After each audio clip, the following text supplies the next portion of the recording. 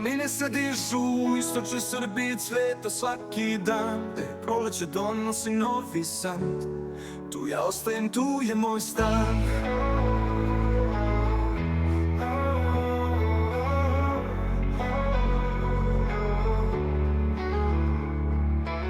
Želim da dedovina ne propadne, da se stare kuće ne sruše, da ostane mir i sveća u zraku, da ne oronu, da ne padnu. Želim da dedovina ne propadne, da se stare kuće ne sruše, da ostane mir i sveća u zraku, da ne oronu, da ne padnu.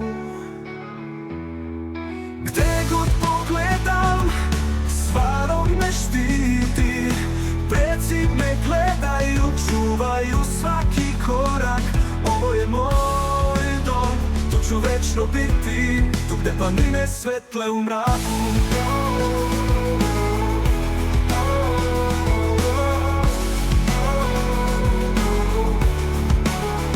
Kroz livade šetam, slušam pesme starih, u vazduhu ljubav i miris života.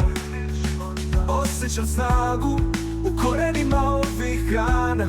Ovo je moja zemlja, tu je lepota.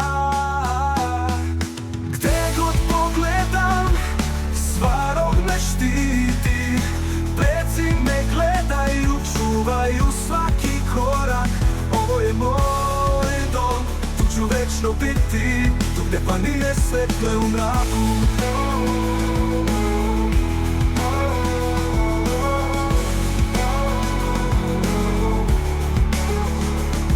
Ne dam da se zaboravi, ne dam da nestane ovaj kutak kraja.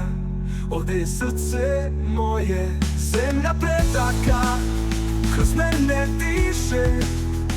Sa svakim novim danom ljubav se više i više i više. Gde god pogledam, Svarog me štiti, preci me gledaju, čuvaju svaki korak. Ovo je moj dom, tu ću večno biti, tu gde planine svetle u mraku.